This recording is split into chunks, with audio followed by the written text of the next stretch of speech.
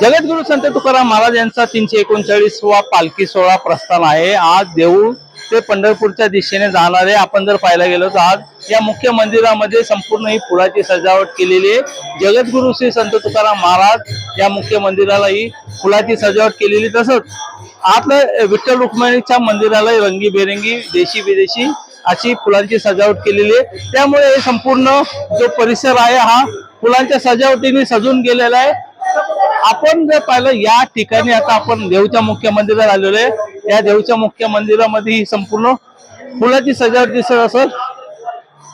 कालपासूनच नारायणगाव येथील हे फुलाची सजावट करणारे कार्यकर्ते आले, 150 ते 200 कार्यकर्त्यांनी ही संपूर्ण फुलाची सजावट केलेली आहे। त्यामुळे कुठेतरी मंदिर परिसर हा फुलून निघालेला आहे। तर या ठिकाणी पाहिलं गेलं तर आपल्याला जगद्गुरु संत तुकाराम महाराज यांचं हे संपूर्ण जे चित्र आहे हे संपूर्ण फुलांनी त्यांनी सजवलेले आहे।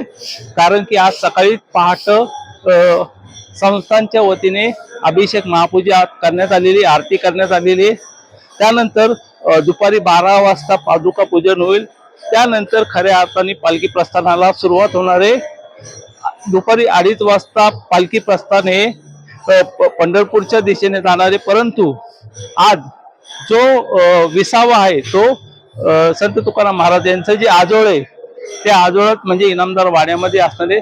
त्यानंतर उद्या सकाळी शासकीय पूजा झाल्यानंतरच हा पालखी प्रस्थान सोहळा देऊ ते पंढरपूरच्या दिशेने रवाना होणार आहे। गणेश जुडाम न्यूज 18 लोकमत देहू।